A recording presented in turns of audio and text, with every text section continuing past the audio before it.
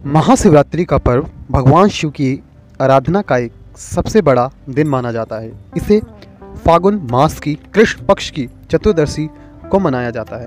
इस दिन भगवान शिव की पूजा की जाती है, रात्रि जागरण किया जाता है और व्रत करने से विशेष फल प्राप्त होते हैं। महाशिवरात्रि से रिलेटेड मैं आपको एक कहानी सुनाना चाहता हूँ। कृपया इस कहानी को ध्यान से सुनिए। अलग अलग लोगों ने अलग अलग कहानी सुनाई है, लेकिन कुछ फैक्ट पे आधारित मैं एक कहानी सुनाता हूँ। शिव और पार्वती के विवाह की कहानी। जो हमारे पुराने ग्रंथ हैं उनके अनुसार महाशिवरात्रि वह दिन है जब भगवान शिव और माता पार्वती का विवाह हुआ था। माता पार्वती ने भगवान शिव को पति के रूप में प्राप्त करने के लिए घोर अडिग तपस्या की थी। उनकी भक्ति और तपस्या से प्रसन्न होकर भगवान शिव ने उन्हें अर्धांगिनी के रूप में स्वीकार किया था। इसलिए इस दिन को शिव और शक्ति के मिलन के पर्व के रूप में मनाया जाता है।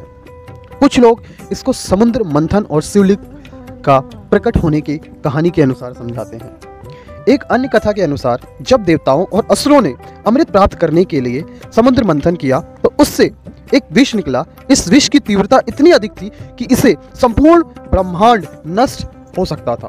तब भगवान शिव ने इस विष को अपने कंठ में धारण कर लिया, जिसकी वजह से उनका गला नीला पड़ गया और वह नीलकंठ कहलाए। महाशिवरात्रि को भगवान शिव के इस महाबलिदान की स्मृति में भी मनाया जाता है।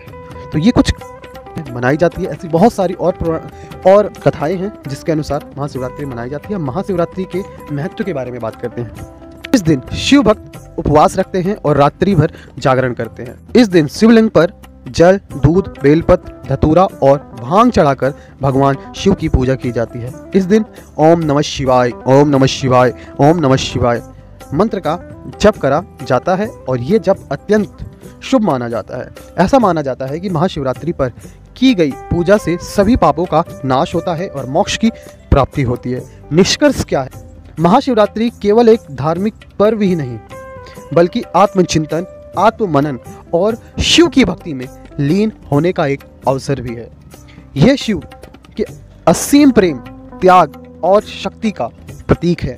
आप सभी को महाशिवरात्रि की बहुत बहुत शुभकामनाएं। महाकाल के भक्त, शंकर के भक्त, शिव के भक्त को इस दिन की हार्दिक शुभकामनाएं कमेंट में लिखें। जय महाकाल, जय भवानी।